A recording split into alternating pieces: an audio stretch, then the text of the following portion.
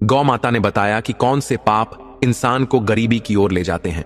गौ माता की इस अद्भुत और पवित्र कथा को जो भी व्यक्ति ध्यानपूर्वक सुनता है, उसके जीवन से सभी दुख और कष्ट सदा के लिए समाप्त हो जाते हैं। फिर उसे कभी भी गरीबी और समस्याओं का सामना नहीं करना पड़ता। नमस्कार प्रिय दर्शकों, हर हर महादेव। यह कथा आपकी पारिवारिक परेशानियों का समाधान बन सकती है। इसे देखने मात्र से आपके परिवार की सारी समस्याएं दूर हो सकती हैं। क्या आपने कभी सोचा है कि कुछ लोग कड़ी मेहनत करने के बावजूद भी गरीब और दुखी क्यों रहते हैं? क्या यह केवल भाग्य का खेल है या इसके पीछे कुछ गहरे रहस्य छुपे हैं? आज हम आपको एक प्राचीन कथा सुनाने जा रहे हैं जो यह बताएगी कि कौन से पाप इंसान को दरिद्रता और दुख की ओर ले जाते हैं। यह कथा हमें जीवन के उन महत्वपूर्ण सबकों को सिखाएगी जिन्हें जानना हर व्यक्ति के लिए आवश्यक है। तो आइए इस गूढ़ और आध्यात्मिक विषय की खोज में आगे बढ़ते हैं। किंतु आगे बढ़ने से पूर्व मेरा समस्त भाइयों, माताओं और बहनों से विनम्र निवेदन है कि इस कथा को पूर्ण श्रद्धा और भक्ति के साथ अवश्य सुने, क्योंकि गरुड़ पुराण में कहा गया है कि जो भी कथा या शिक्षा अधूरी छोड़ी जाती है वह पाप का कारण बनती है। इसलिए इस कथा को अंत तक अवश्य सुने। यदि आप एक सच्चे सनातनी हैं और भगवान श्री राम में अटूट श्रद्धा रखते हैं तो कृपया अभी वीडियो को लाइक करें और हमारे चैनल सब्सक्राइब करें और कमेंट में जय श्री राम लिखकर अपना समर्थन व्यक्त करें। तो आइए प्रिय दर्शकों, बिना किसी देरी के आरंभ करते हैं आज की प्रेरणादायक कथा। एक गांव में सुरीली नाम की एक लड़की रहती थी। सुरीली कोई अत्यधिक सुंदर लड़की नहीं थी और इस संसार में उसका कोई अपना नहीं था। वह अकेली ही रहती थी। परिश्रम करके अपने लिए 2 वक्त की रोटी कमा लेती थी। यद्यपि वह अपनी आवश्यकता की पूर्ति कर लेती थी, फिर भी वह अपने हृदय में संतुष्टि अनुभव नहीं करती थी। उसे संसार के सभी लोग सुखी और प्रसन्न दिखाई देते थे। दूसरों के जीवन को देखकर वह स्वयं को कोसती और प्रभु से प्रार्थना करती, हे प्रभु, आपने सभी को सुख, सुंदरता और संपत्ति प्रदान की है, फिर मुझे ही क्यों वंचित रखा? मुझसे ऐसी कौन सी भूल हो गई जिससे मुझे यह दुख मिला? क्या मेरे लिए प्रसन्नता और सुख के द्वार सदा के लिए बंद हो गए हैं? हे भगवान, क्या मैंने कोई ऐसा पाप किया है जिसका दंड भोग रही हूं? इन्हीं विचारों में डूबी एक दिन वह गांव के बाहर एक वृक्ष के नीचे बैठकर अश्रु बहा रही थी। उसी समय एक तेजस्वी महात्मा वहां से गुजरे। उनका दिव्य स्वरूप देखकर प्रतीत हो रहा था कि वे कोई सिद्ध पुरुष हैं। उन्होंने उस रोती हुई लड़की को देखा और उसके पास आकर पूछा, बेटा, तुम क्यों रो रही हो? क्या तुम्हें कोई कष्ट है? सुरीली ने अश्रुपूरित नेत्रों से उत्तर दिया, महात्मा जी, मुझे कोई प्रेम नहीं करता। लोग मेरी रंगत का उपहास उड़ाते हैं। मैं सुंदर नहीं हूं और मेरा कोई अपना भी नहीं है। मेरे पास धन संपत्ति भी नहीं है। संसार के सभी लोग सुखी हैं। सभी के पास परिवार, दौलत और खुशहाली है, परंतु मेरे पास कुछ भी नहीं है। क्या मुझे खुश रहने का अधिकार नहीं है? क्या मुझे सुखी जीवन जीने का अवसर कभी नहीं मिलेगा? महात्मा ने उसकी बात ध्यानपूर्वक सुनी और प्रेम पूर्वक बोले, बेटा, यदि तुम मुझे ऐसे व्यक्ति से मिलवा दो जो अपने जीवन में पूर्णता सुखी है, तो मैं तुम्हें एक ऐसा दिव्य आशीर्वाद दूंगा जिससे तुम न केवल सुंदर हो जाओगी बल्कि तुम्हारा जीवन भी सुखमय बन जाएगा। महात्मा जी की यह बात सुनकर सुरीली का चेहरा प्रसन्नता से खिल उठा। वह आश्चर्यचकित होकर बोली, महात्मा जी, क्या यह सच है? महात्मा बोले, हां बेटा, यह पूर्णतः सत्य है। सुरीली बड़ी उत्साह के साथ बोली, यदि यह सच है तो मैं ऐसे व्यक्ति को जानती हूं जो बहुत सुखी है। मैं अभी उन्हें आपके पास लेकर आती हूं। वह दौड़ती हुई अपने मालिक के पास पहुंची। वह एक किसान था जिसके पास वह काम करती थी। उसने किसान से कहा, काका, मेरे साथ चलिए, मुझे एक सिद्ध महात्मा जी मिले हैं। उन्होंने कहा है कि यदि मैं उनके पास एक सुखी व्यक्ति को ले जाऊंगी तो वे मुझे भी सुंदर और सुखी बना देंगे। किसान उसकी बात सुनकर दुखी हो गया। उसने कहा, बेटी, मैं तुम्हें सुखी कैसे दिखाई देता हूं? मेरी फसलें खराब हो रही हैं। मुझे अच्छे दाम नहीं मिल रहे। राजा को लगान देना पड़ता है। मेरे पास इतने पैसे भी नहीं हैं कि मैं अच्छे बीज खरीद सकूं। इस वर्ष तो बारिश ने मेरी फसल भी बर्बाद कर दी। इन परिस्थितियों में मैं सुखी कैसे रह सकता हूं? बेटा, तुम किसी और को ढूंढ लो जो वास्तव में सुखी हो। सुरीली ने निराश होकर पूछा, तो फिर बताइए काका, आपके हिसाब से सबसे अधिक सुखी कौन है जिसे मैं अपने साथ महात्मा जी के पास ले जा सकूं? किसान थोड़ी देर तक सोचता रहा और फिर कहने लगा, बेटी, मुझे लगता है कि व्यापारी सबसे सुखी हैं। उन्हें फसल लगाने या देखभाल करने की कोई चिंता नहीं होती। उन्हें तो केवल फसल खरीदनी होती है। वे कहीं से भी फसल या दूसरी वस्तुएं खरीद सकते हैं और बेच सकते हैं। उनका व्यापार मौसम पर निर्भर भी नहीं होता। वे हमसे कहीं अधिक धन कमाते हैं और लोग उनका बहुत आदर सत्कार भी करते हैं। मुझे तो लगता है कि इस संसार में सबसे सुखी व्यापारी ही हैं। तुम उन्हीं के पास जाओ। लड़की अपने मालिक की बात सुनकर दौड़ी दौड़ी एक व्यापारी के पास जा पहुंची और कहने लगी, क्या आप मेरे साथ चल सकते हैं? मुझे एक सिद्ध महात्मा जी मिले हैं जिनसे मैं आपको मिलाना चाहती हूँ। उन्होंने कहा है कि यदि मैं उन्हें एक सुखी व्यक्ति से मिलवाऊंगी तो वे मुझे सुंदर और सुखी बना देंगे। व्यापारी उसकी बात सुनकर दुखी स्वर में कहने लगा, बेटी, हमारे जीवन में सुख कहाँ है? हर तरफ दुख ही दुख है। चोर डाकुओं से सावधान रहना पड़ता है, व्यापार में भी घाटा चल रहा है, राजा भी हमसे कर वसूल करता है। इन सब कारणों से व्यापार करना बहुत कठिन हो गया है। हमें तो सुरक्षा भी पूरी नहीं मिलती, जीवन में हर समय डर बना रहता है। मुझे तो लगता है कि इस संसार में मुझसे ज्यादा दुखी और कोई नहीं है। लड़की यह सुनकर हैरान हो गई।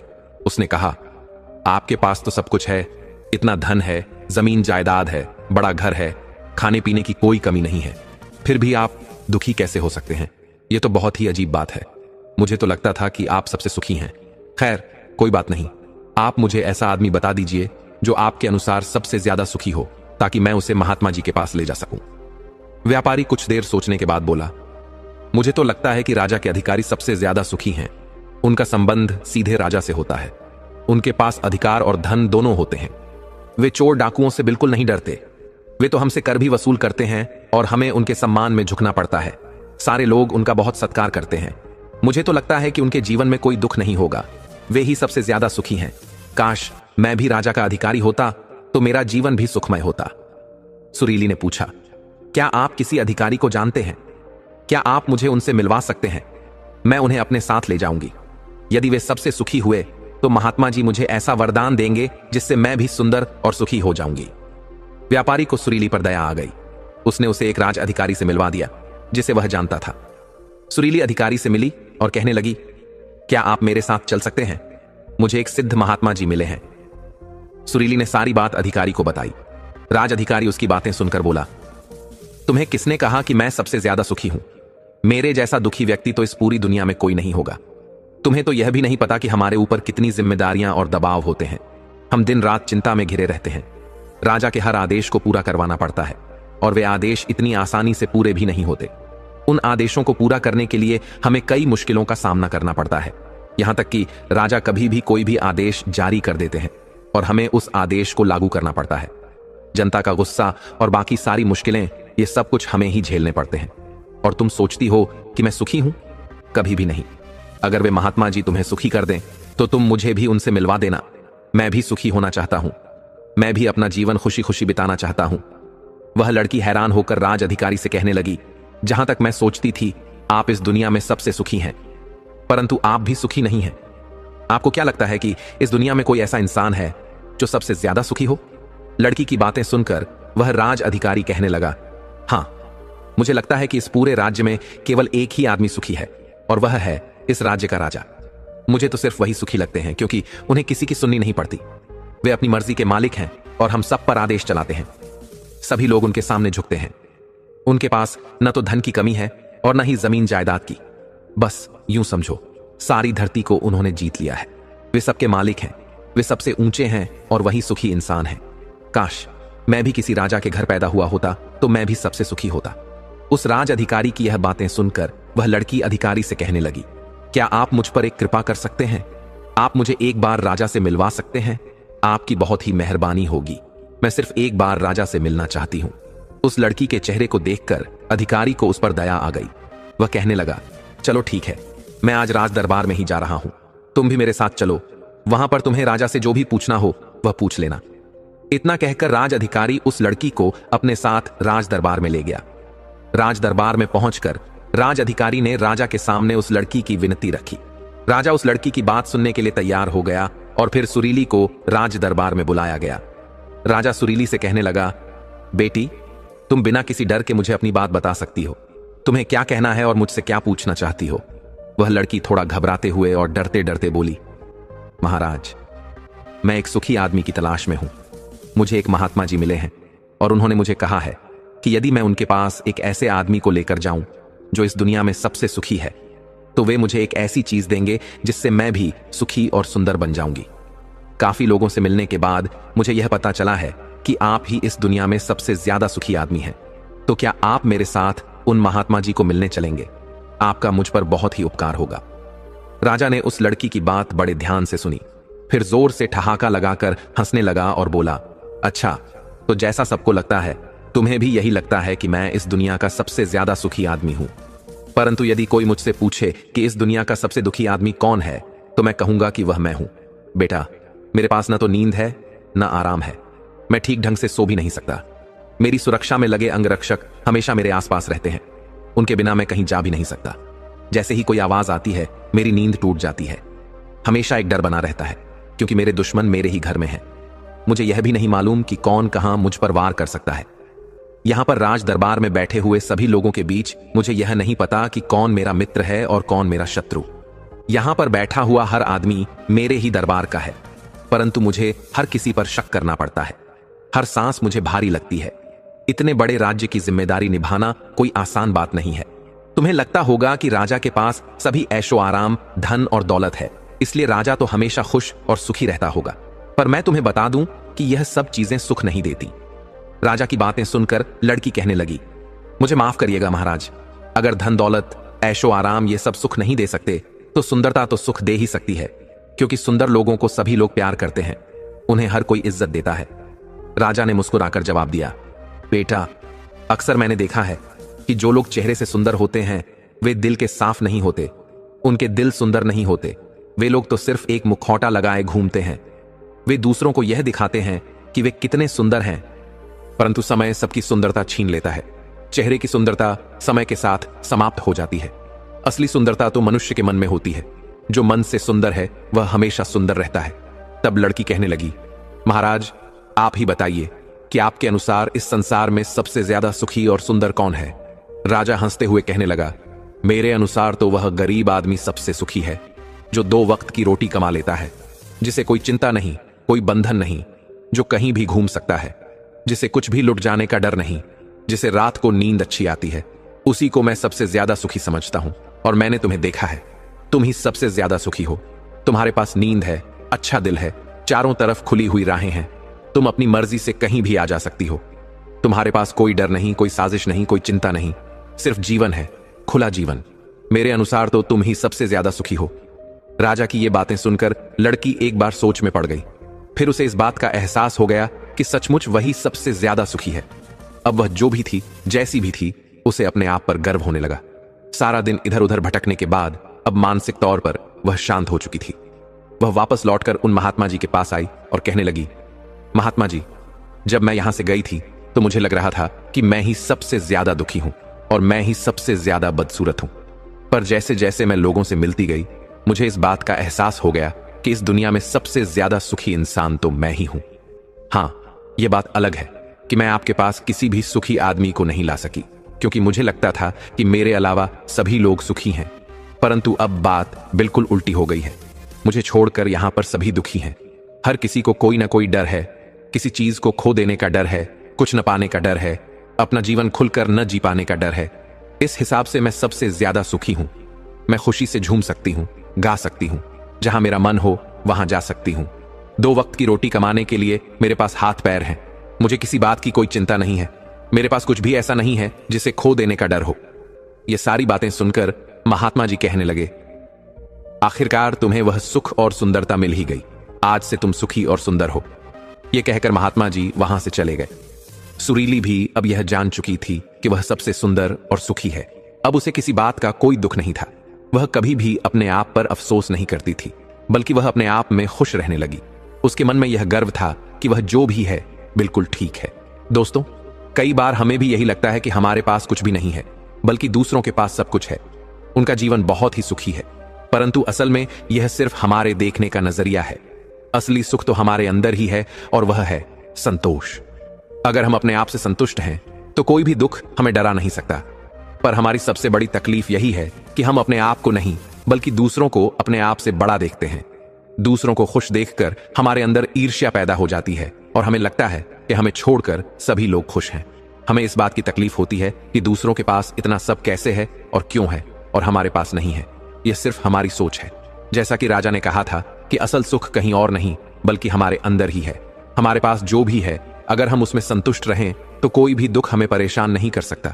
परंतु अगर हम हमेशा यही सोचेंगे कि हमारे पास कौन सी चीज नहीं है, तो हम हमेशा दुखी ही रहेंगे। एक गांव में पुरुषोत्तम नाम का एक गरीब आदमी रहता था। वह इतना गरीब था कि उसके परिवार को 2 समय की रोटी भी नहीं मिल पाती थी। एक दिन धन कमाने की इच्छा को लेकर वह एक दूसरे राज्य की ओर चल पड़ा। उसने जरूरत की कुछ चीजें अपने साथ रख लीं। चलते चलते जब वह जंगल के रास्ते से गुजर रहा था तो उसे एक कुआं नजर आया। कुएं को देखकर उसे प्यास लगने लगी। जब पुरुषोत्तम ने कुएं में झांक कर देखा तो कुएं के अंदर एक शेर, एक सांप और हाथ में खंजर लिए हुए एक आदमी खड़ा था। ऊपर से किसी आदमी को झांकता हुआ देखकर शेर बोलने लगा, अरे भाई, तुम कौन हो? बड़े ही अच्छे समय पर आए हो। मेहरबानी करके मुझे इस कुएं से बाहर खींच लो। मैं कई दिनों से इस कुएं में पड़ा हुआ हूं। मुझे इस कुएं से निकाल दो। मेरे ऊपर उपकार करो। शेर की ऐसी प्रार्थना सुनकर पुरुषोत्तम कहने लगा, क्या तुम मुझे बेवकूफ समझते हो? अगर मैं तुम्हें बाहर निकाल दूंगा तो तुम निकलते ही सबसे पहले मुझे मारकर खा जाओगे। तुम जैसे जंगली जानवर पर मैं विश्वास नहीं कर सकता। शेर बोला, अरे भले आदमी, मैं तो खुद मुसीबत में हूं। मैं भला तुम्हें नुकसान क्यों पहुंचाऊंगा? शेर के बार बार प्रार्थना करने पर पुरुषोत्तम को उस पर दया आ गई। वह सोचने लगा, आखिर परोपकार ही तो पुण्य का काम होता है। और फिर शेर कहने लगा, देखो भाई, मैं तुमसे वादा करता हूं कि मैं तुम्हें किसी भी तरह का नुकसान नहीं पहुंचाऊंगा और हमेशा तुम्हारा एहसानमंद रहूंगा। तब सोच विचार करके पुरुषोत्तम ने रस्सी डालकर उस शेर को कुएं से बाहर खींच लिया। शेर ने पुरुषोत्तम का धन्यवाद किया और कहने लगा, मैं तुम्हारा यह उपकार कभी नहीं भूलूंगा। मैं उस पहाड़ के दूसरी तरफ रहता हूं, वहां पर मेरी गुफा है। मित्र, अगर तुम पर कभी भी कोई मुसीबत आ जाए तो तुम मेरे पास चले आना। हो सकेगा तो मैं तुम्हारी सहायता अवश्य करूंगा। इसके बाद कुएं के अंदर से सांप की आवाज आने लगी। सांप कहने लगा, अरे भले मानस, जिस तरह से तुमने शेर को बाहर निकाला है, मुझे भी कुएं से बाहर निकाल दो। मैं इस समय बहुत ही लाचार हूं, मुझ पर यह उपकार कर दो। पुरुषोत्तम ने कहा, ना भाई ना, तुम तो एक सांप हो। सांप की तो आदत यही होती है कि वह मनुष्य को काटता जरूर है। मैंने तुम्हें बाहर निकाला और तुमने मुझे काट लिया। सांप कहने लगा, अरे भाई, क्या कोई अपने मददगार को भी नुकसान पहुंचाता है? पुरुषोत्तम ने कहा, नहीं नहीं, मैं तुम पर विश्वास नहीं कर सकता। सांप की गिनती तो दुष्टों में होती है। कहां भी गया है, सांप को जितना भी दूध पिलाओ, लेकिन वह 10 जरूर लेता है। इसीलिए मैं तुम पर विश्वास करने की मूर्खता नहीं कर सकता। इसके बाद सांप बार बार पुरुषोत्तम से विनती करने लगा, भाई, मुझे बाहर निकाल दो। मैं तुम्हें नहीं काटूंगा, मैं तुम्हें कोई नुकसान नहीं पहुंचाऊंगा और जीवन भर तुम्हारा ऋणी रहूंगा। सांप की बार बार प्रार्थना करने पर पुरुषोत्तम को उस पर दया आ गई और उसने सांप को भी बाहर निकाल दिया। सांप कुएं से बाहर आकर कहने लगा, अरे भाई, तुमने मेरी सहायता की। अगर तुम्हें कभी किसी मुसीबत का सामना करना पड़ा तो तुम मुझे सिर्फ याद कर लेना। मैं उसी समय तुम्हारे पास आ जाऊंगा। मेरा यह तुमसे वचन है। तब पुरुषोत्तम ने कहा, अगर तुम इतने ही सामर्थ्यवान हो तो फिर अपने आप कुएं से बाहर क्यों नहीं निकले? सांप ने कहा, हे मनुष्य, वास्तव में मैं कोई साधारण सांप नहीं हूं, बल्कि सर्पलोक का राजकुमार हूं। एक श्राप के कारण मुझे पृथ्वी लोक पर आकर एक साधारण सांप का जीवन बिताना पड़ा। मेरी सारी चमत्कारी शक्तियां मुझसे छीन ली गईं, परंतु 2 दिन के बाद मेरा यह श्राप खत्म हो जाएगा और फिर मैं नागलोक वापस लौट जाऊंगा। मेरी सारी शक्तियां मुझे वापस मिल जाएंगी। इसलिए अगर तुम्हें कभी भी सहायता की आवश्यकता हो तो तुम मुझे यह कहकर पुकारना कि नागराज प्रकट हो। ऐसा तुम 3 बार कहोगे तो तुम जहां पर भी रहोगे, मैं वहीं तुम्हारे सामने प्रकट हो जाऊंगा। इसके बाद सांप भी कुएं के नजदीक ही बैठ गया। तब पुरुषोत्तम ने कहा, ठीक है सर्प, अगर ऐसा कोई समय आएगा तो मैं अवश्य ही तुम्हें याद करूंगा। इसके बाद कुएं में से आदमी की आवाज आई और वह कहने लगा, अरे भाई, मुझे भी तो कुएं से बाहर निकाल दो। मैं तुम्हारा हमेशा ऋणी रहूंगा। पुरुषोत्तम जैसे ही उस आदमी को कुएं से बाहर निकालने के लिए आगे बढ़ा तो सांप कहने लगा, भाई, तुम इस आदमी की सहायता मत करो। ये तुम्हारी बिरादरी का जरूर है, लेकिन यह बहुत ही बड़ा गुणचोर है। इसके बाद शेर भी यही बात कहने लगा, भाई, ये आदमी तुम्हें नुकसान पहुंचा सकता है। यह बहुत ही बड़ा गुणचोर आदमी है। इसके बाद सांप और शेर दोनों मिलकर पुरुषोत्तम से कहने लगे, भाई, अगर तुम इस आदमी की सहायता करोगे तो तुम खुद ही मुसीबत में फंस जाओगे, क्योंकि यह आदमी सहायता के लायक नहीं है। जो इसकी सहायता करेगा, यह उसी की जड़ काटता है। इतना कहकर शेर और सांप वहां से विदा लेकर चले गए। उनके जाने के बाद कुएं में गिरा हुआ आदमी गिड़गिड़ा कर कहने लगा, अरे भाई, तुमने सांप और शेर की तो जान बचा दी, मेरे भी प्राण बचा लो। मैं तो तुम्हारी ही बिरादरी का हूं। तब पुरुषोत्तम ने कहा, भाई, परंतु यह जानवर तो तुम्हारी बुराई कर रहे थे। इससे तो यही लगता है कि तुम एक अच्छे आदमी नहीं हो। मैं तुम्हारी कोई सहायता नहीं कर सकता। वह दूसरा आदमी कहने लगा, अरे भाई, तुम इन जानवरों की बातों में मत आओ। मैं तो बड़ी ही मुश्किल से इस खंजर की सहायता से अपने प्राण बचाए हुए हूं, वरना ये जानवर मुझे अवश्य ही नुकसान पहुंचाते। शायद इसीलिए ये मेरी बुराई कर रहे थे। इसके बाद वह आदमी रोने धोने लगा और जोर जोर से चिल्लाने लगा। यह देखकर पुरुषोत्तम को उस पर दया आ गई। उसने सोचा, चलो इस आदमी को भी निकाल देते हैं। पुरुषोत्तम ने उस आदमी को कुएं से बाहर निकाल दिया। उस आदमी ने कुएं से बाहर आकर पुरुषोत्तम को धन्यवाद कहा और कहने लगा, तुमने जो मुझ पर उपकार किया है उसे मैं 7 जन्मों तक नहीं भूलूंगा। पुरुषोत्तम बोला, अरे भाई, इसमें उपकार जैसी क्या बात है? आखिर इंसान ही इंसान के काम आता है। लेकिन तुम यह तो बताओ कि तुम कौन हो? उस आदमी ने पुरुषोत्तम को अपना परिचय दिया और कहा, मैं एक सुनार हूं, पास के ही राज्य स्वर्णपुरी में रहता हूं। अगर मेरे लायक कोई सेवा हो तो तुम मेरे घर पर जरूर आना।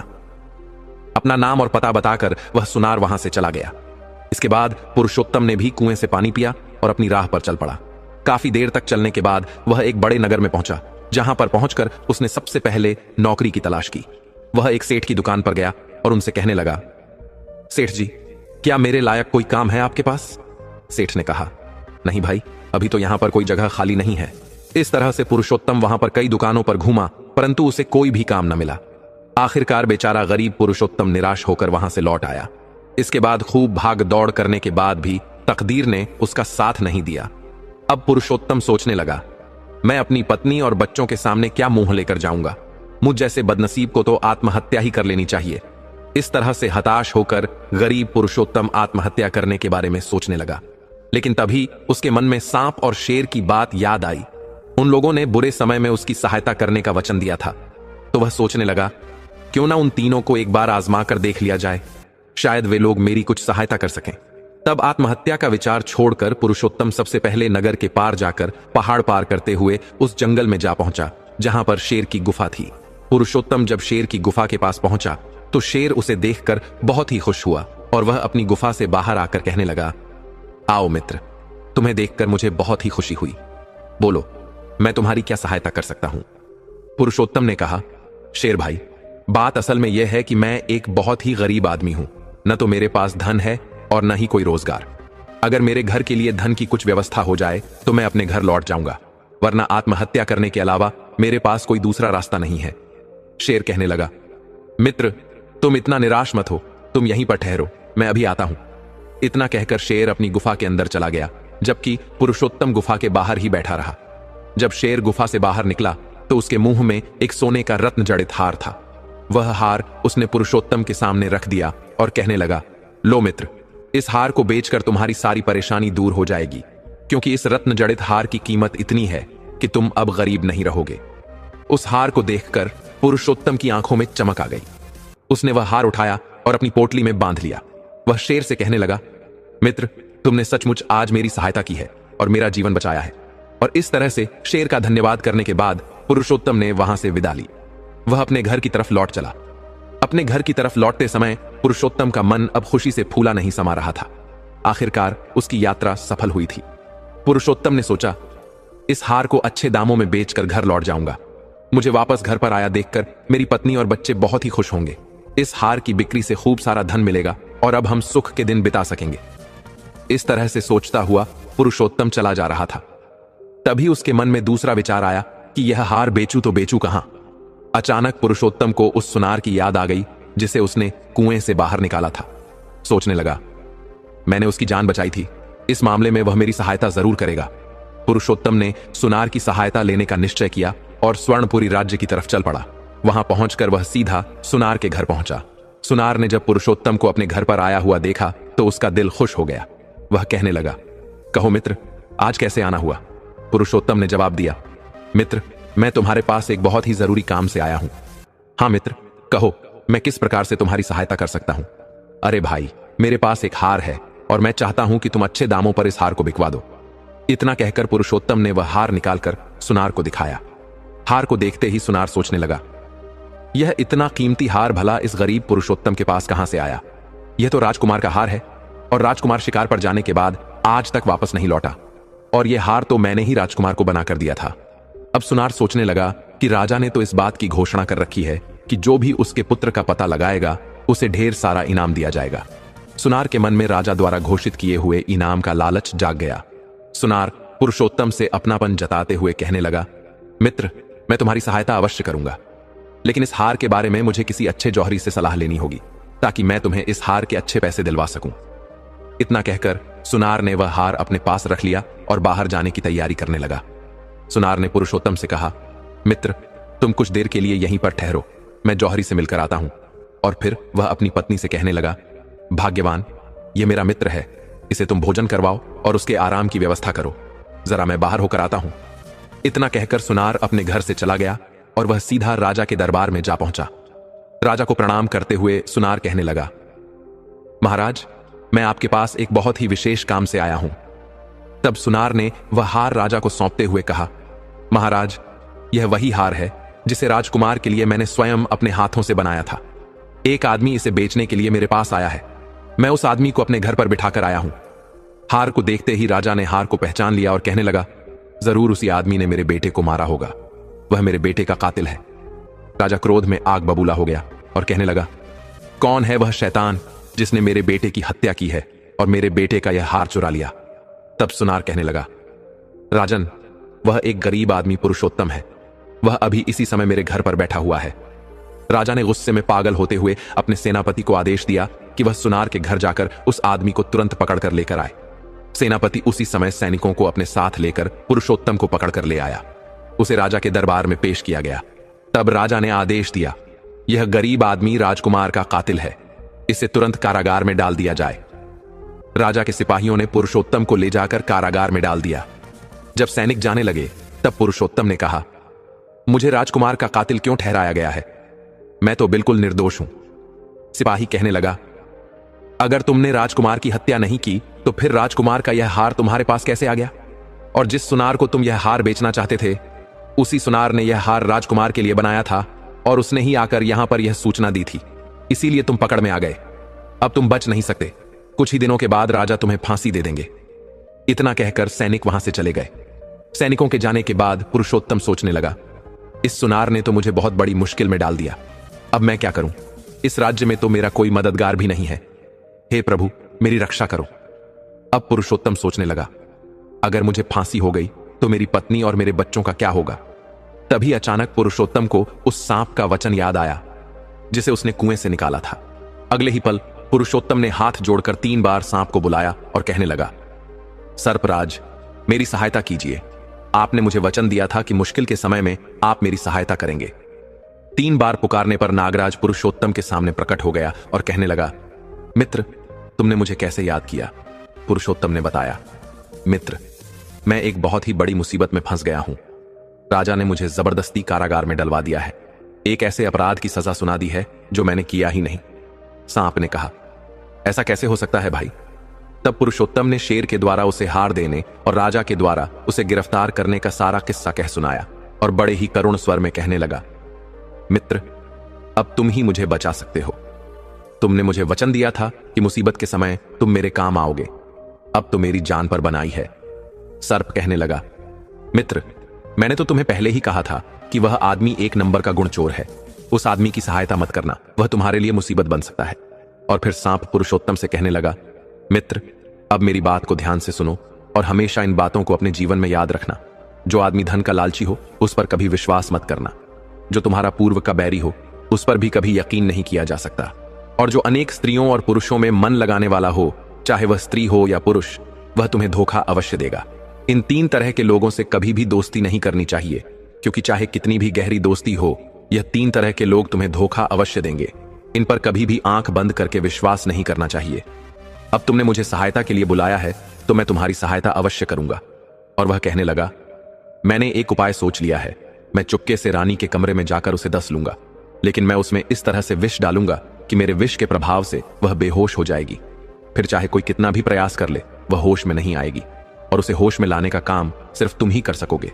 उसका इलाज बिल्कुल साधारण होगा। तुम राजा के बगीचे में से एक गुलाब का फूल तोड़कर उसे मसलकर रानी के माथे पर लगा देना। ऐसा करते ही रानी को होश आ जाएगा। राजा खुश होकर तुम्हें छोड़ देगा, क्योंकि राजा अपनी रानी से बहुत ही प्यार करता है। वह उसे जिंदा रखने के लिए कुछ भी कर सकता है। वह सांप पुरुषोत्तम से इतना कहकर जेल की कोठड़ी से निकलकर रानी के कक्ष में जा पहुंचा। अगले ही पल उसने रानी को डस लिया। रानी तुरंत उठ बैठी और चिल्लाने लगी। सांप खिड़की के रास्ते बाहर निकल गया। रानी चीखती चिल्लाती हुई कक्ष में जमीन पर गिर पड़ी। राजा के नौकरों ने रानी को गिरता हुआ देखा तो वे दौड़कर रानी के पास पहुंचे। रानी ने चिल्लाकर बताया, मुझे सांप ने काट लिया है। और इसके बाद रानी बेहोश हो गई। नौकरों ने तुरंत जाकर राजा को सूचित किया कि महारानी को एक जहरीले सांप ने डस लिया है।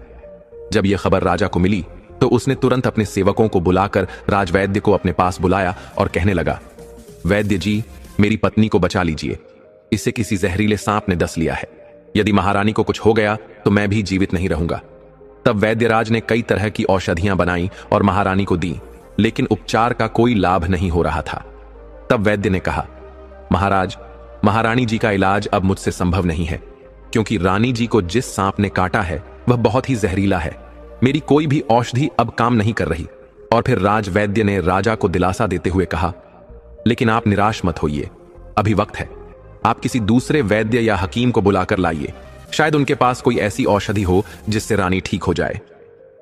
अगले ही पल राजा ने मंत्री को आदेश दिया, महामंत्री, फौरन यह ऐलान करवा दिया जाए कि जो भी हमारी रानी का इलाज करेगा और उसको ठीक कर देगा, उसे मुंह मांगा इनाम दिया जाएगा।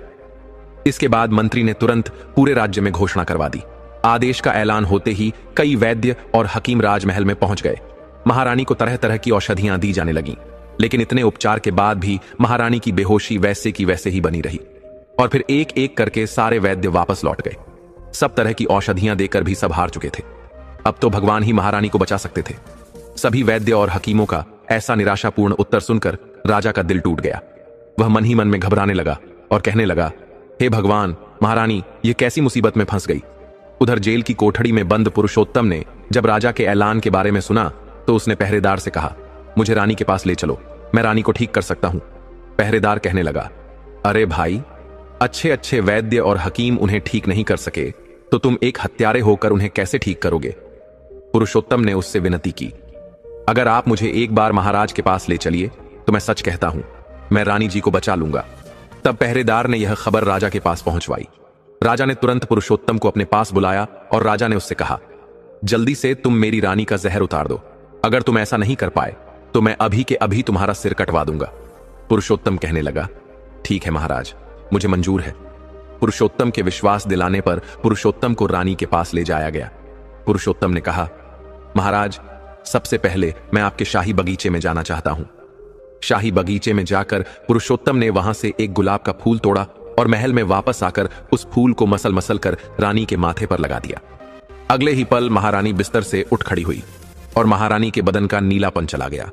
उसका चेहरा पहले की तरह से चमकने लगा। राजा ने रानी से कहा, आप इस गरीब पुरुषोत्तम की वजह से जीवित हुई हैं। और फिर राजा ने रानी के ठीक हो जाने की खुशी में पुरुषोत्तम को क्षमा कर दिया। राजा ने जब उससे उसकी असलियत पूछी तो पुरुषोत्तम ने सारी बातें स्पष्ट रूप से उसे बता दी। तब राजा ने पुरुषोत्तम को खूब सारा धन देकर उसे अपने राज्य से विदा किया, जबकि सुनार को पकड़कर जेल में डाल दिया गया। तो दोस्तों, मुझे पूरी उम्मीद है कि आपको यह कहानी पसंद आई होगी। दर्शक बंधु, कहानी अभी यही खत्म नहीं होती। आगे गाय माता ने एक और गूढ़ प्रश्न किया है, आखिर इंसाफ का पहरेदार कौन है। प्रिय दर्शकों, यह कोई आम प्रश्न नहीं है, क्योंकि इसके पीछे हमारे जीवन के सारे दुखों का अंत छिपा हुआ है। तो आपका समय नष्ट न करते हुए कथा को जल्दी ही आरंभ करते हैं। लेकिन आगे बढ़ने से पहले आपको बता दें कि गरुड़ पुराण में कहा गया है कि कथा हो या सीख अगर बीच में छोड़ दिया जाता है तो वह पाप की श्रेणी में आता है।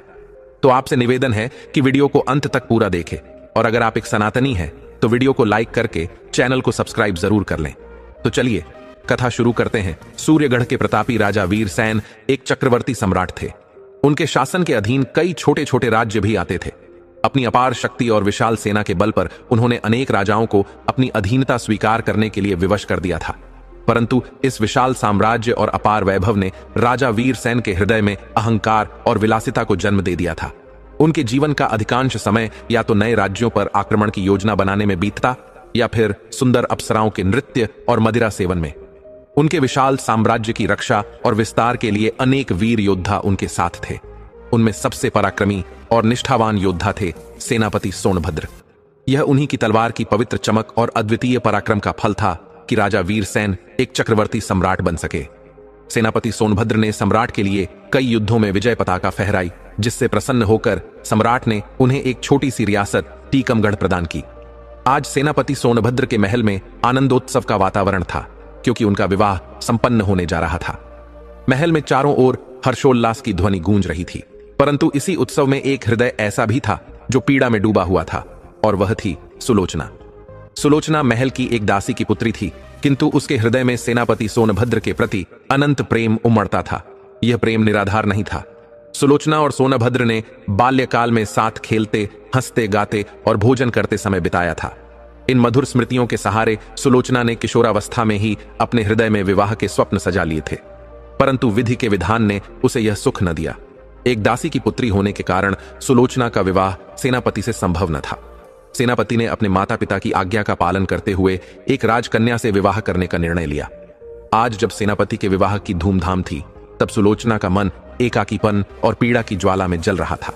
वह यद्यपि एक दासी की पुत्री थी, किंतु उसकी सुंदरता अप्सराओं को भी लज्जित कर देती थी।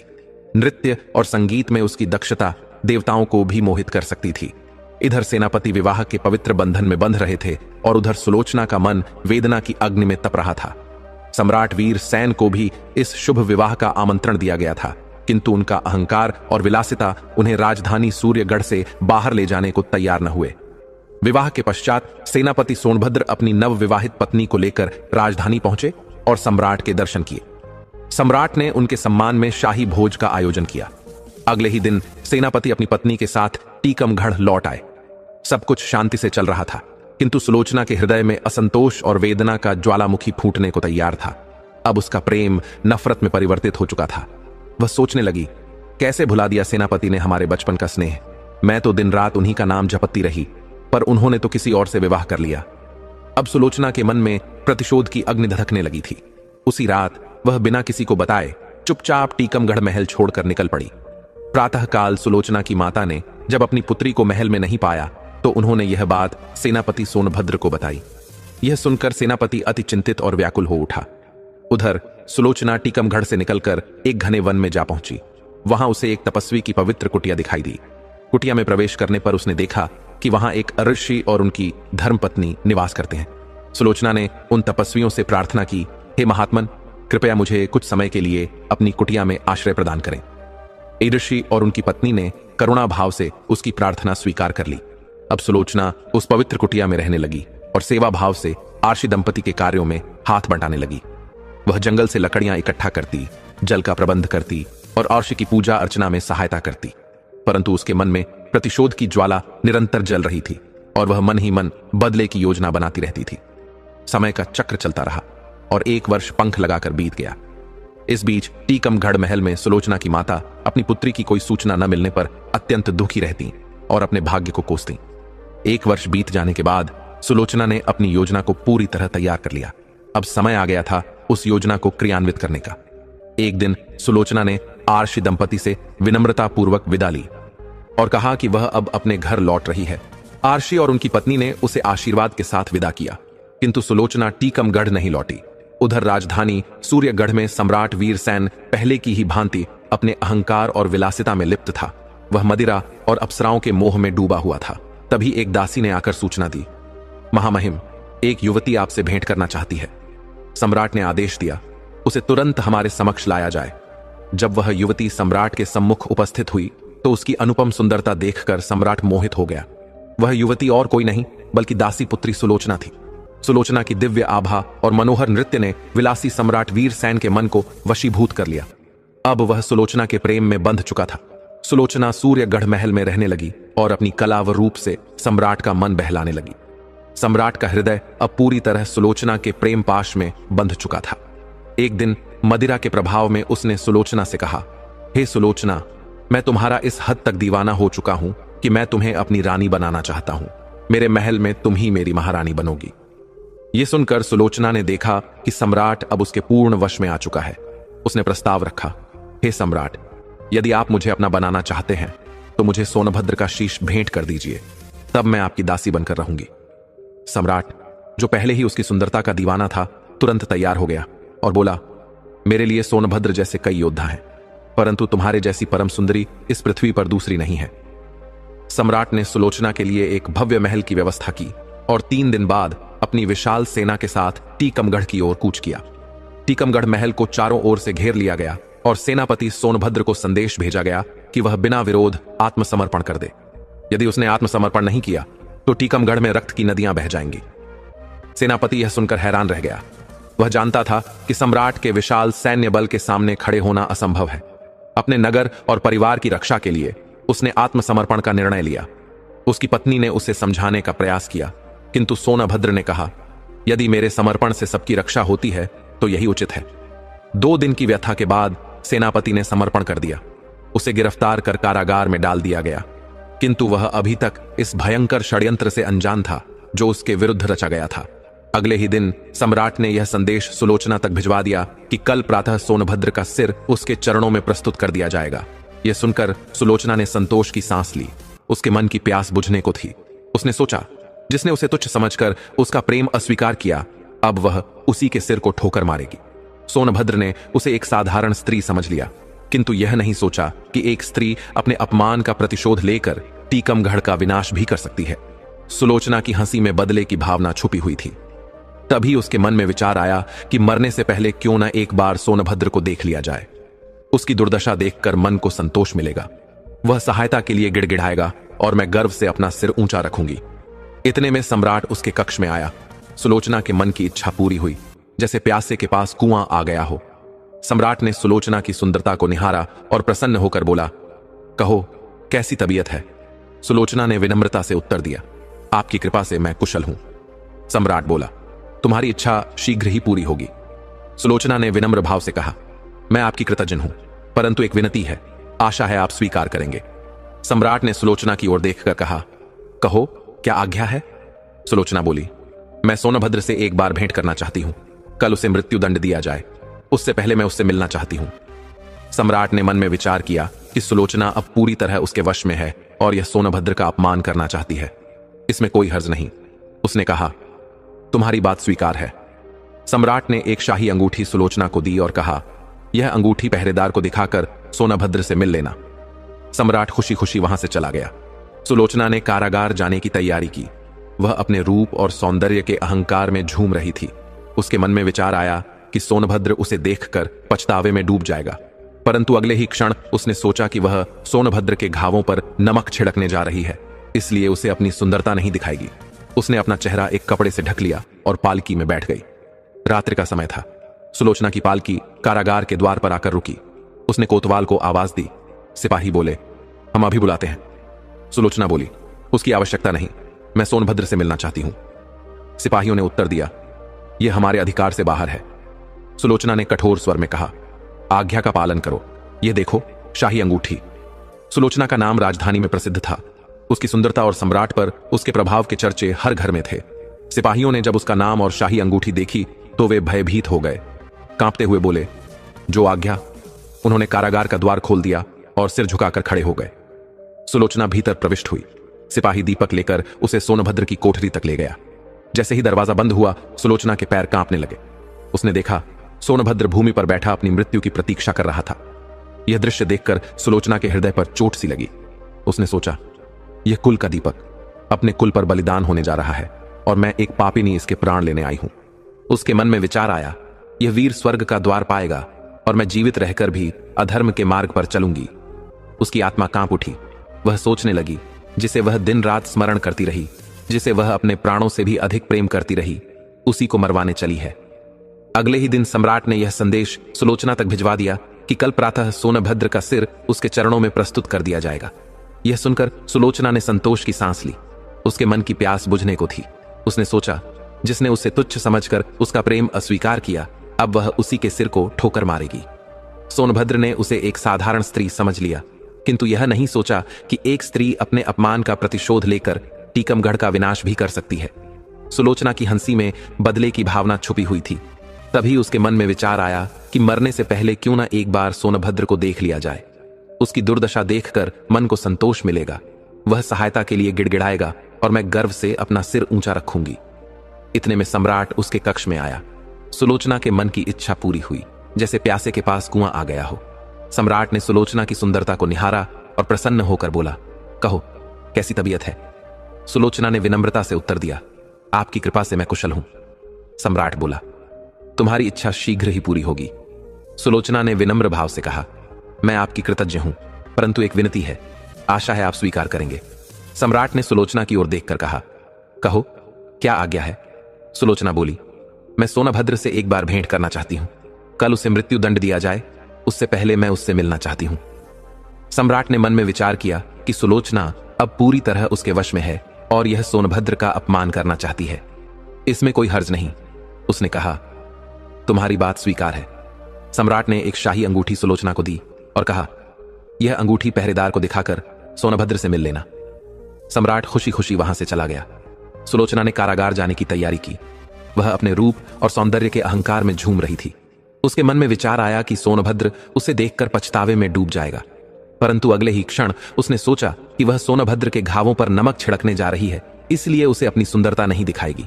उसने अपना चेहरा एक कपड़े से ढक लिया और पालकी में बैठ गई। रात्रि का समय था। सुलोचना की पालकी कारागार के द्वार पर आकर रुकी। उसने कोतवाल को आवाज दी। सिपाही बोले, हम अभी बुलाते हैं। सुलोचना बोली, उसकी आवश्यकता नहीं, मैं सोनभद्र से मिलना चाहती हूं। सिपाहियों ने उत्तर दिया, यह हमारे अधिकार से बाहर है। सुलोचना ने कठोर स्वर में कहा, आज्ञा का पालन करो। ये देखो, शाही अंगूठी। सुलोचना का नाम राजधानी में प्रसिद्ध था। उसकी सुंदरता और सम्राट पर उसके प्रभाव के चर्चे हर घर में थे। सिपाहियों ने जब उसका नाम और शाही अंगूठी देखी तो वे भयभीत हो गए। कांपते हुए बोले, जो आज्ञा। उन्होंने कारागार का द्वार खोल दिया और सिर झुकाकर खड़े हो गए। सुलोचना भीतर प्रविष्ट हुई। सिपाही दीपक लेकर उसे सोनभद्र की कोठरी तक ले गया। जैसे ही दरवाजा बंद हुआ, सुलोचना के पैर कांपने लगे। उसने देखा, सोनभद्र भूमि पर बैठा अपनी मृत्यु की प्रतीक्षा कर रहा था। यह दृश्य देखकर सुलोचना के हृदय पर चोट सी लगी। उसने सोचा, यह कुल का दीपक अपने कुल पर बलिदान होने जा रहा है और मैं एक पापिनी इसके प्राण लेने आई हूं। उसके मन में विचार आया, यह वीर स्वर्ग का द्वार पाएगा और मैं जीवित रहकर भी अधर्म के मार्ग पर चलूंगी। उसकी आत्मा कांप उठी। वह सोचने लगी, जिसे वह दिन रात स्मरण करती रही, जिसे वह अपने प्राणों से भी अधिक प्रेम करती रही, उसी को मरवाने चली है। सुलोचना की आंखों से आंसुओं की धारा बह निकली। प्रेम की दबी हुई चिंगारी एक बार फिर भड़क उठी। उसका सोया हुआ प्रेम जाग गया। लड़खड़ाते पैरों से वह आगे बढ़ी। सोनभद्र ने सिर उठाकर देखा और समझ गया। उसने पूछा, सुलोचना, ये क्या? आधी रात को तुम यहां क्यों आई हो? सुलोचना की आंखों में आंसू भर आए, लेकिन उसने उन्हें पी लिया। आज उसे एहसास हो गया था कि वह कितनी गिर चुकी थी। संभल कर बोली, कुछ मांगने आई हूं। सोनभद्र ने कहा, कहो, क्या मांगती हो? मैं देने को तैयार हूं। सुलोचना फूट फूट कर रोने लगी और बोली, तुमने एक बार मेरा दिल तोड़ा था, परंतु आज जो मैं मांगूंगी वह तुम्हें देना ही होगा। बोलो, वचन देते हो? सोनभद्र को हैरानी हुई। उसने सोचा, शायद यह अपने की पर शर्मिंदा है। गंभीरता से बोला, कहो, क्या चाहती हो? सुलोचना ने विनती करते हुए कहा, मेरे वस्त्र पहन लो और यहां से निकल जाओ। यह नकाब चेहरे पर लगा लेना, वैसे भी सिपाही नजर उठाकर तुम्हारी ओर नहीं देखेंगे। सोनभद्र ने घृणा से मुंह फेर लिया और बोला, मैं एक क्षत्रिय हूं, कायर नहीं। सुलोचना बोली, तुम मेरे कारण इस मुसीबत में फंसे हो। जब तक मैं तुम्हें यहां से निकाल नहीं दूंगी, मुझे शांति नहीं मिलेगी। तुमने मुझे वचन दिया है कि मैं जो मांगूंगी वह तुम दोगे। मैंने पाप किया है, उसका प्रायश्चित करने दो। औरत का अंतिम शस्त्र उसका रोना होता है। जहां सारे उपाय विफल हो जाते हैं, वहां यह युक्ति काम आ जाती है। सुलोचना का रोना देखकर सोनभद्र नरम पड़ गया। उसने कहा, यदि मैं यहां से निकल गया तो मेरी मुसीबत तुम पर आ जाएगी। सुलोचना ने उत्तर दिया, तुम मेरी चिंता मत करो, मुझे कुछ नहीं होगा। मैं सुबह आराम से यहां से निकल जाऊंगी। सुलोचना ने यह झूठ अपने लिए नहीं, बल्कि सोनभद्र के लिए बोला था। सोनभद्र ने विवश होकर सुलोचना का प्रस्ताव स्वीकार कर लिया। सुलोचना ने वह अंगूठी सोनभद्र को दी और कहा, यह सैनिकों को दिखा देना। दोनों ने वस्त्र बदल लिए। सोनभद्र सुलोचना के वस्त्र पहनकर कैद खाने से निकल गया। सिपाहियों ने आंख उठाकर भी उसकी ओर नहीं देखा। इधर सुलोचना चुपचाप कंबल लपेटकर लेट गई। कुछ देर बाद कोठरी का दरवाजा खुला। दीपक बुझ चुका था। जल्लाद हाथ में तलवार लिए अंदर आया। अंधेरे में उसने देखा कि कैदी सो रहा है। उसने कंबल हटाया और सुलोचना के गले पर छुरी फेर दी। सुलोचना, जिसकी मृत्यु का आनंद मनाने का स्वप्न देखा था, उसी के लिए उसने अपने प्राणों का बलिदान कर दिया। प्रेम के खेल निराले होते हैं। पिछले पहर का समय था। उषा की पहली किरण आकाश में फूट पड़ी। जल्लाद सिर को पोटली में लपेटे हुए सम्राट के सामने पहुंचा। उसने कहा, सोनभद्र का सिर हाजिर है महाराज। सम्राट ने कहा, कपड़ा हटाओ। जल्लाद ने कपड़ा हटाया। एक बिजली कौंध गई। सम्राट के होश उड़ गए। यह सोनभद्र का नहीं, बल्कि सुलोचना का सिर था। सम्राट बहुत हताश हुआ। सुलोचना के बदले का यह दृश्य हृदय भेद देने वाला था। जब यह समाचार टीकमगढ़ पहुंचा तो सभी अत्यंत दुखी हुए। सोनभद्र कई दिनों तक रोते रहे। टीकमगढ़ महल में ही एक मंदिर बनवाकर उस पर सुलोचना का नाम लिखवा दिया गया। आने वाले कई वर्षों तक यह घटना पश्चाताप और बलिदान की अमर गाथा बन गई। जिला बनारस में बीरा नाम का एक गांव था। वहां एक विधवा वृद्धा भूगी रहती थी। उसका कोई संतान नहीं था। उसके पास एक धुर भी जमीन नहीं थी और न ही रहने के लिए घर था। उसके जीवन का एकमात्र सहारा उसका भाड़ था, जिस पर वह गांव वालों का अनाज भूना करती थी। गांव के लोग दिन में एक बार भोजन करते थे, इसीलिए भूगी के भाड़ पर भीड़ लगी रहती थी। जो कुछ भी कमाती उसी से उसका गुजारा चलता। वह अपनी झोपड़ी में एक कोने में पड़ी रहती। वह प्रातः उठती और सूखी पत्तियां बटोर कर लाती।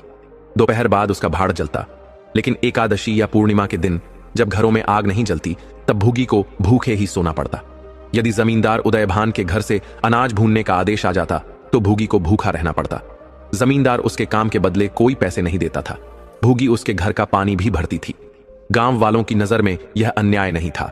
जमींदार की कृपा थी कि उसने भुग्गी को गांव में बसाया था। चैत का महीना था, संक्रांति का पर्व था। आज के दिन नए अन्न का सत्तू खाया और दान किया जाता था। भुग्गी का भाड़ आज पूरे जोर पर जल रहा था। उसके सामने भीड़ लगी हुई थी। वह सांस लेने की भी फुर्सत नहीं पा रही थी। ग्राहकों की जल्दबाजी से कभी कभी भुगी झुंझला उठती थी।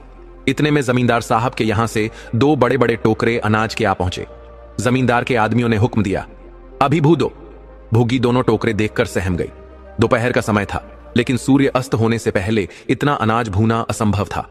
घड़ी 2 घड़ी और मिल जाती तो वह कुछ खाने भर को कमा लेती। जमींदार का अनाज तो उसे मुफ्त में ही भूना पड़ता था।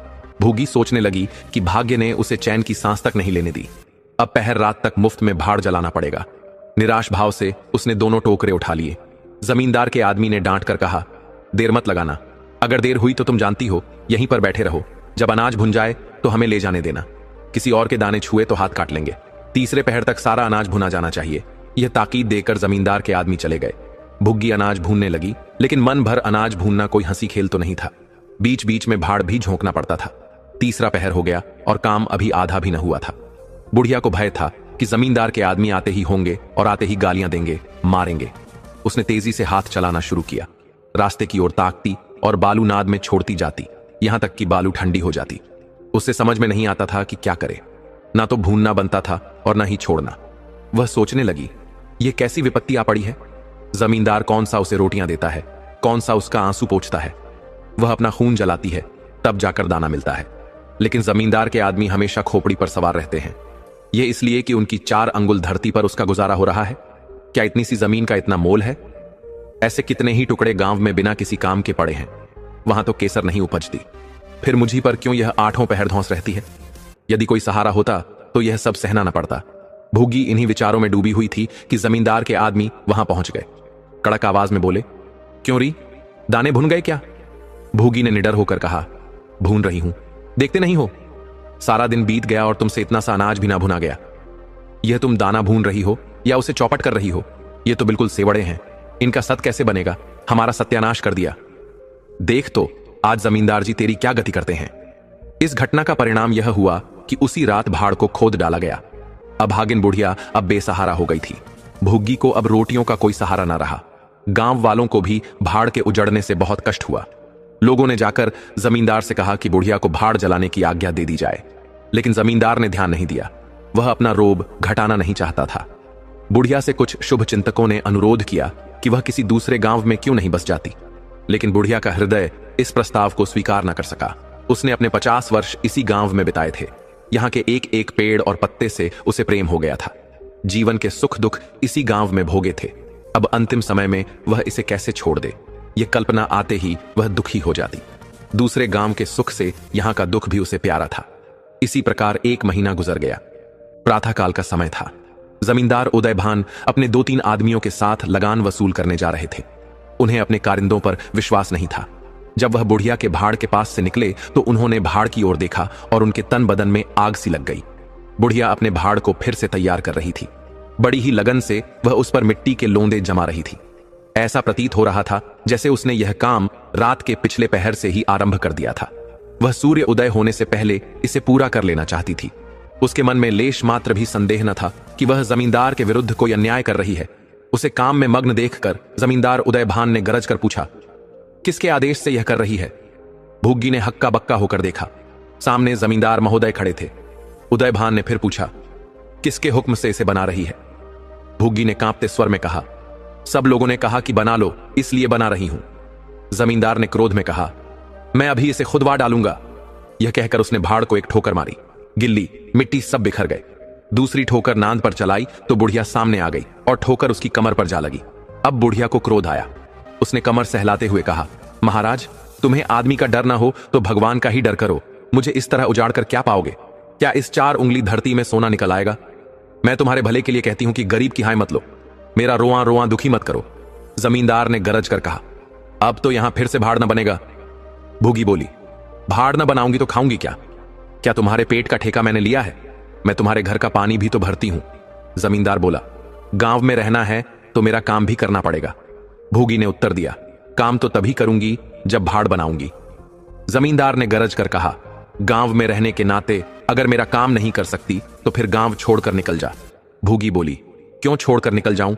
12 साल खेत जोतने वाला आसामी काश्तकार हो जाता है। मैं तो इस झोपड़े में बूढ़ी हो गई।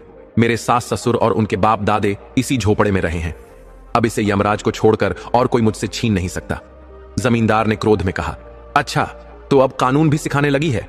हाथ पैर पड़ती तो मैं तुझे रहने देता, लेकिन अब तुझे निकाल कर ही दम लूंगा। जमींदार ने अपने आदमियों से कहा, जाकर उसकी पत्तियों के ढेर में आग लगा दो, देखें यह भाड़ कैसे बनाती है। जमींदार के आदमियों ने पत्तियों के ढेर में आग लगा दी। एक ही क्षण में वहां हाहाकार मच गया। आग की लपटें आकाश से बातें करने लगीं। भूगी अपने भाड़ के पास उदासीन भाव से खड़ी यह लंका दहन देख रही थी। अचानक उसके मन में न जाने क्या आया। वह तेजी से दौड़ी और उस अग्निकुंड में कूद पड़ी।